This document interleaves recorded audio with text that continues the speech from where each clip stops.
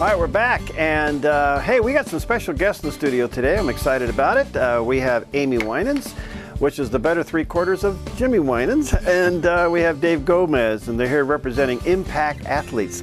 Welcome, both of you. Thank you. Nice to see you. And a great organization. You got a gala auction coming up this weekend, which kind of launches everything. Yeah. Tell us about that. Apple doesn't just kick off things, they launch things. And that's what we're doing with Impact Athletics. We didn't want to come to the table with just asking people for their support unless we had something that was worth their while supporting. And so in January, we kicked off Impact Athletics. We're on over 12 campuses here in the Rogue Valley. Wow. We're ministering to over 270 kids. Wow. And a week. And we hosting Bible studies every Tuesdays, Wednesdays, and Thursdays. Wow. Yeah, we're on public campuses, just proclaiming the gospel, and it's exciting. How are you getting away with this?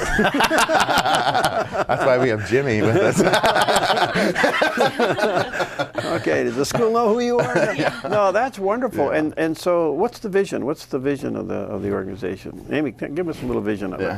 Yeah, absolutely. So our vision is to continue with the campus ministry. We just think we want to continue being a ministry where we go to what's happening in these kids' lives rather than a come to us ministry. So that's a huge focus for us, is staying on these campuses, being involved in these kids' lives. Wow. And just being able to see them on a weekly basis. And then we are starting to branch out into the more of the athletic realm, in the sense that, yes, athletes are coming to those Bible studies on campuses, but also we are trying to actually start doing sport with students. So I've started a cheerleading program that we have going. We have a rugby program growing, and we're continuing to grow that. I want you folks to look at this. Now, why would she be doing cheerleading, and why would this guy be doing? Well, not necessarily. I'm not too sure. You shouldn't be a lineman, man.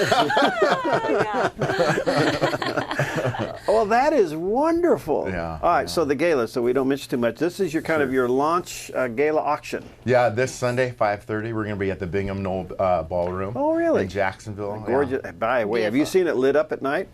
Yeah, Wait till you see it's it. really Fantastic. You haven't been out there, go take a look at it. Yeah, so we're inviting the public to come out and hear our vision and see if how they could be partnering and teaming up with us. And I just think it's so neat. You're on these campuses and you're using sports to win students. Yeah. How's it going? How are you getting kids, young students, and athletes to come? Pizza. Pizza. Yeah. That's our The all-American fish hook. Well, I think about Tim Tebow when he won the national championship. Tim Tebow, and under his eyes, he had a scripture in John 3:16. Right. The next day, that was the most searched thing on Google. Right. And for God so loved the world, He gave His only begotten Son, that whosoever believes in Him will not perish but have everlasting life. And what a platform, what an influence that sports can give somebody. Yeah. And imagine if we had a Tim Tebow at each campus here in Southern Oregon. Wow. Just think of that impact. Wow. Yeah, and so that's what we see, and we've been seeing God, the fruit of it. So are you partnering with churches too, and how's that working? Yeah, we are. We're partnering with churches. Basically, we don't meet on the nights, so we're not a competition with church meetings or youth groups. We meet on campuses during the day, and just allow like youth pastors or youth workers. We have multiple pastors too, and they just give them an opportunity to serve and to minister, and working as a team. So if they got to take a vacation, if they got to take a break, that it's not going to fizzle. We're all able to pick it up and work together. Well, Amy, tell me about cheerleading. How are you getting gals to come out and do it? Well, we started last year, and we only had about 15 at this time last year. And then our camps, we had a few this summer, and it went well. But then this fall, it was like, boom. I don't know if the word just really got out or what happened, but we had over 50 gals sign up for our program. And we actually had to cut it off and start a waiting list because it was more than we could handle. So we've been so blessed. And I have a great team of other coaches that work with me. And, of course, our goal in doing it, which really sets us apart, is that we're trying to have these gals have virtue in their life, as well as teach them a skill. We're impacting parents. We're getting to have spiritual conversations with them and have these character talks, and it's just really awesome. That is so neat. Now, how do you work with, like, say, a normal cheerleading team on campus? How do you interact with that?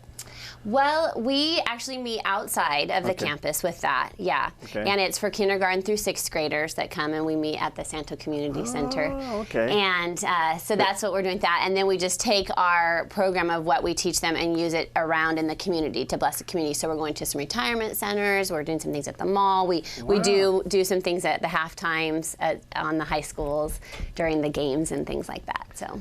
Wow.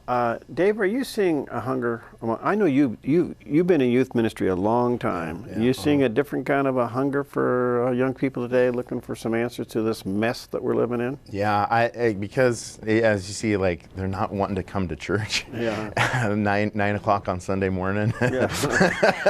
And There's 2 9 o'clocks.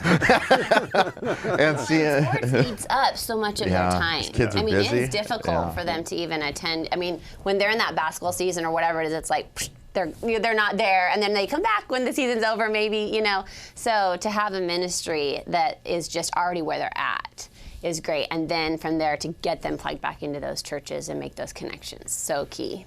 So what are kids asking today? What are they struggling with?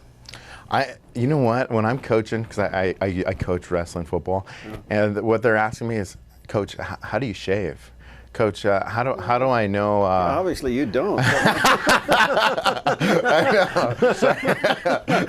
just kidding. Yeah, I'm just kidding. I want to be your friend, Dave. It's a lot of just relational questions, Really? and then because it's the kind of the old adage, people don't care what you know until they know that you care, Right. and so once we've earned the right for them to know that we love them, that we're not going away, they're not a notch on our spiritual belt to get them saved. We don't see them as projects. Yeah. We see them as people, and then it becomes this. Oh, okay. So what is this Jesus that you talk about, and this passion that you have for me and living in life, and you don't seem depressed. You don't seem to be having these bad days. Yeah. You're not yelling and screaming at me, you know. And it's like, well, why is that? And it's like, okay, well, let me tell you about Jesus. Wow. Yeah, and so it's been that, a lot of just earning people's trust, earning kids' trust, and then being able to speak into their lives, and obviously gospel-centered missional. All right. Well, the launch event, the launch gala and auction event is coming up this Sunday. Sunday. I was going to say the 9th is Sunday. Okay, Yeah, this Sunday Sunday. at Bigham Knoll there in Jacksonville. What time? 5:30. 5:30 till 5:30 everything's till- sold. Everything's sold. And let me encourage you, because I tell you, any way that you can reach young people today is, to me, is so critical, because so many are falling through the cracks. And I know you work well with the Youth for Christ guys, and then you have Hearts with the Mission. You add all this together, and all of a sudden you realize there is a huge need for ministry among young people outside the church. You'll never get them to come in just because the door's open. You got to go out there where they are, and compel them to come in. Jesus said. That's true. And athletics is certainly one of the great ways to do it. This is neat. So you actually been doing this for about a year. Yeah. We started at the end of January last year. Now, I saw, just quickly, I don't know how much time we got, a few seconds here. What's your big vision down the road? What do you want to do? Just use Jesus and the influence of sports to be able to make Jesus famous. Pouring into kids, we'd love to see some kind of thing where kids are mentored through like a coffee shop, like a Christian Kids Unlimited. We think would be really beneficial to this area. Wow. Hey, thank you, Dave. Amy, good to thanks, see you. You can come anytime. Tell Jimmy to just stay home. That's fine. I'd rather have a cheerleader than a basketball player any day.